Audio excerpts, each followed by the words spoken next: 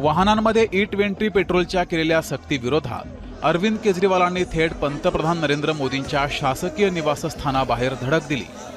Ethanol मिश्रित पेट्रोलमुळे वाहनांमध्ये बिघाड होत असल्याच्या शेकडो तक्रारी येऊ लागल्यात।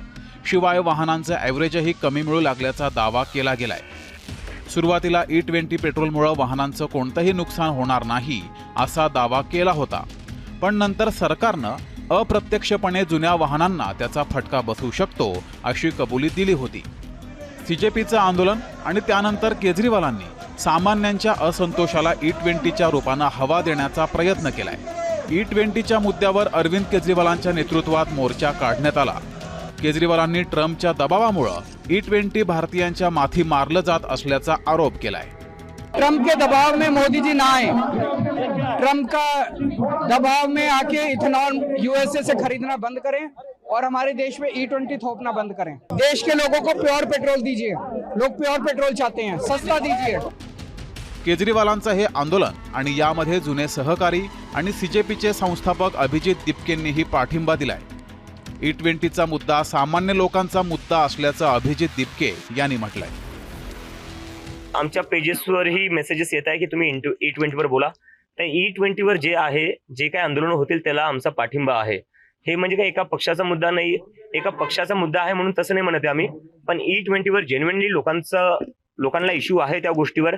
त्याच्याने गाडीचं जे इंजिन आहे ते खराब होते, मायलेज खराब होते, आणि जर तुम्ही 100% पेट्रोल देत नाही, त्याच्यात इथेनॉल मिक्स करतायत, तर मग 100% तुम्ही प्राइस कसं काय लावतायत? भाजपानं या मोर्चावर टीका केली आहे। E20 पेट्रोलमुळे सरकारचा पैसा वाचत असेल तर विरोधकांना काय अडचण आहे असा सवाल भाजपानं उपस्थित केलाय।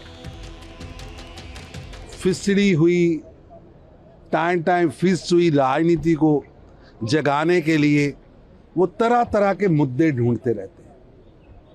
E20 लगभग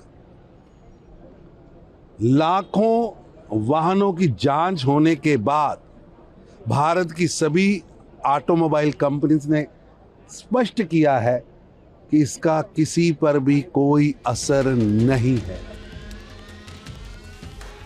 गेल्या 12 वर्षात पहिल्यांदाच जेन्झीमुळे शिक्षण मंत्री धर्मेंद्र प्रधान यांना राजीनामा द्यावा लागलाय।